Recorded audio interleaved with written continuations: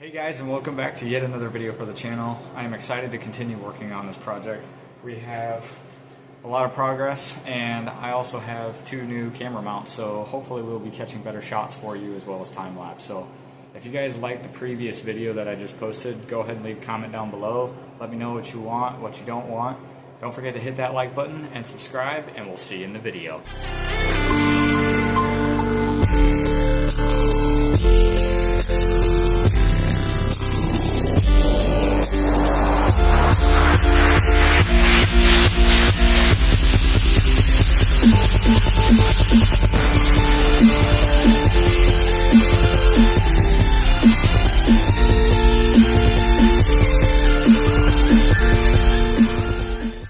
Alright guys, so what we have is about 4 hours of work to do tonight.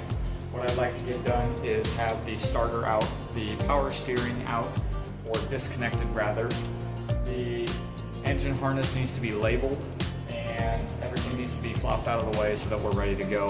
Hopefully we get the torque converter bolts undone tonight, but I don't know. I would like to get the torque converter bolts undone and the bell housing bolts undone and the transmission supported so that way we can pull the transmission tomorrow. I won't, or not the transmission, but the engine. I don't know if that'll happen or not tonight. I'm going to try to go for it. We'll see by the end of the video whether or not the engine's out. I believe that this video will probably be multiple days, so just stick around. I'm trying to post at least every Monday at 6 a.m. So stick around for that. Tell your friends. I'm trying to get to 1,000 subscribers by July of next year. If we can hit that goal, I will be so happy. So don't forget to hit that like button and subscribe. Let's get to it. Alright, so in the engine bay here we got this capacitor connector, and can't really disconnect it there. We have to go inside the cab here. Got to pull your glove box. It's pretty easy. Just 2 clips on both sides. She pops right out. And then up under here, we've got a couple of connectors. Here. Got a couple of connectors. Here. And some connectors under the, way up under there for the controller itself. About 3 of them.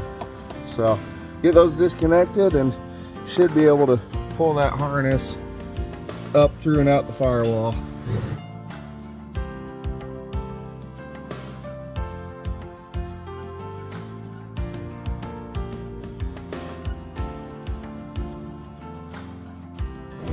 Alright, so what we need to do today is basically we need to label the harness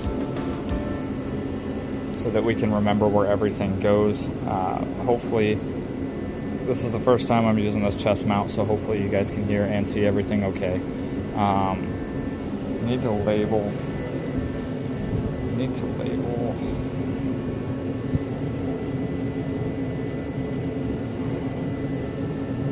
Start with air conditioning.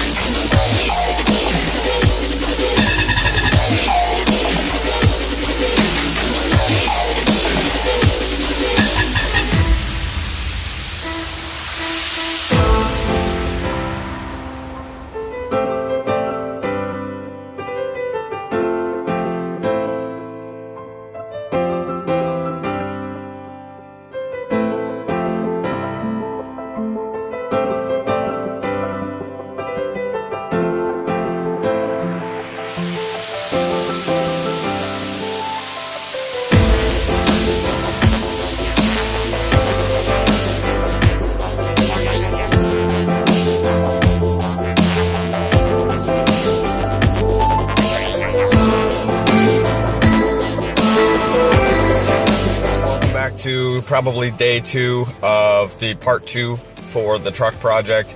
I am currently headed to my work right now. I'm going to grab a truck rather for working on the truck today. I need an acetylene torch and a few tools. We need to pull that power steering pump pulley. I'm headed there now. We should be getting there shortly. I don't know how much of that I'm going to film, and they are not sponsoring this video, but hopefully we'll get that done today. Hopefully we'll get the crossover pipe off, and we will also get the torque converter unbolted from the engine.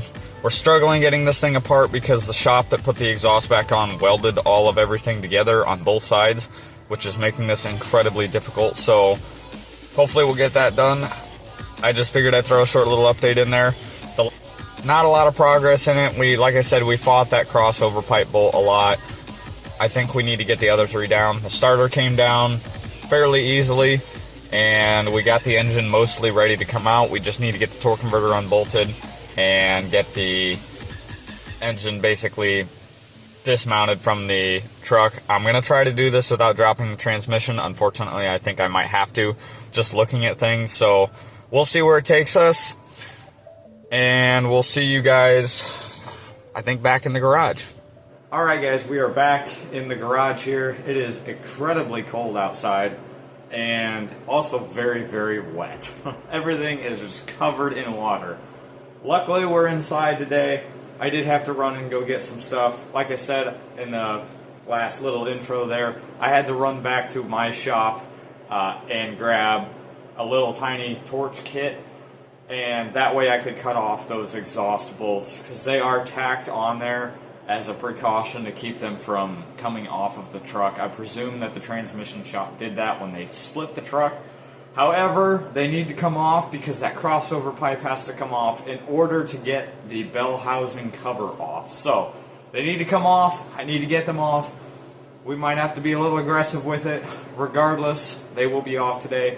Hopefully we don't set anything on fire, but whenever you're working with something that's that hot, it's always a possibility. Remember that safety is always first when you're working on equipment. So.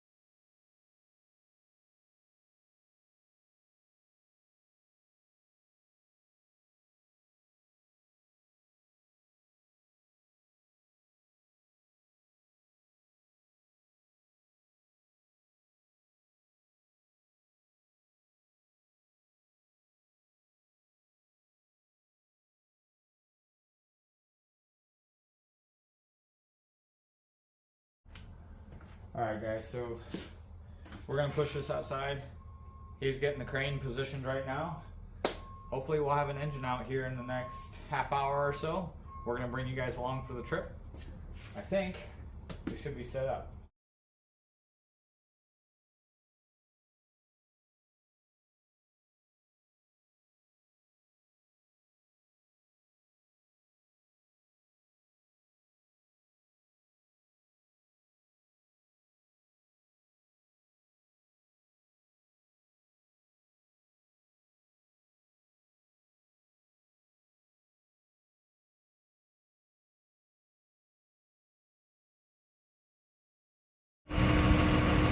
Up where?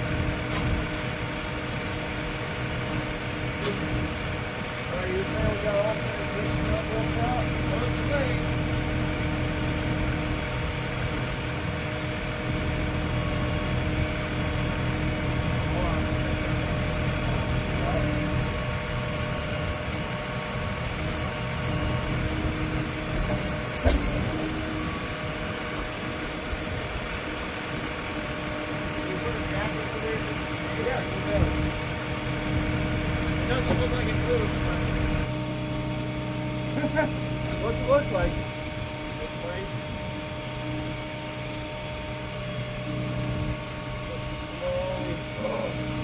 Hold on.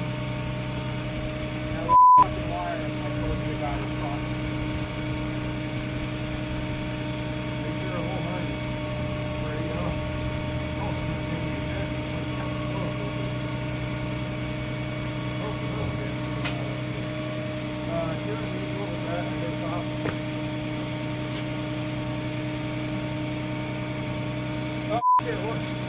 Is that harness? Yeah, our harness, bud. See the harness? Grab that fucking drag.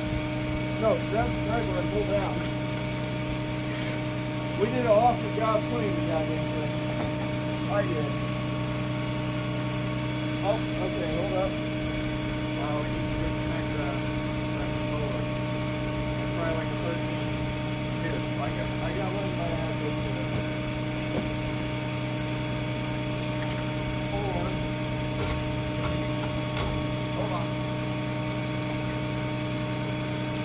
I might be able to just disconnect. Come on. Out she goes. What's that? It's the exhaust. Keep going.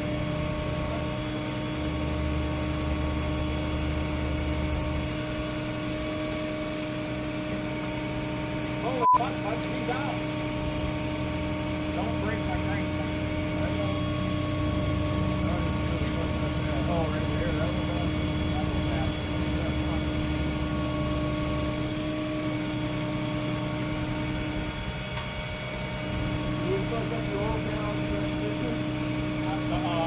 For the people that are following along trying to do this for their own truck, this harness right here is actually for the light bar that is installed on the truck. It is not for a Chevy installed option, so you don't have to worry about this harness.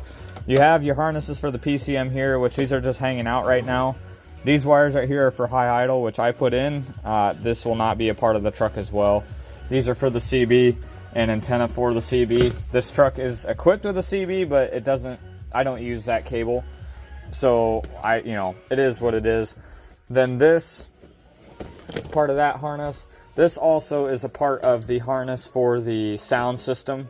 This harness is not a Chevy installed option. This came aftermarket, or it was an option from the factory, but you had to pay a lot of money for it. So this subwoofer system, or the sound system cables here, they are strictly for this truck. It's not something that you're gonna encounter. So most of everything here that you saw him do in the time lapse is going to be pretty pertinent to everything that a Chevy has. I don't think there was any Chevy bolt-on options that were removed besides the cup holder, and I think even Chevy offered those cup holders. So I'm not certain, but I think that they did. So everything else here should have been pretty much follow him along and you'd be able to see what he was doing. He removed the 4 bolts here and here, which go down below the cab, and then 2 over there, and then these 2 latch down bolts, which came from the seat and the lat belts. That's where those 2 mounted. This harness right here is a Chevy installed option, or it's not even an option, that is your seatbelt harness. If you connect these 2 pins together, the seatbelt light will go out, and this truck is bypassed, so More than likely, this harness right here will wind up getting set down below the floor mat so it's not sticking up. I probably won't put it back in. The seatbelt harness, I did not bypass that, but somebody else did, so I don't really have a choice with that. I believe that this spare tire mount is also held down with 5 bolts, so that should be self-explanatory there. I'm going to get back to cutting those exhaust manifold bolts, and I believe he's going to work on the seat belts and the floor mat. And then the 4 bolts as well, there's 4 screws, Phillips head screws, I think they're number 3 or number 2, that hold down the Chevy, or the shift, 4-wheel drive shift function. Lever. So, other than that, this is self-explanatory.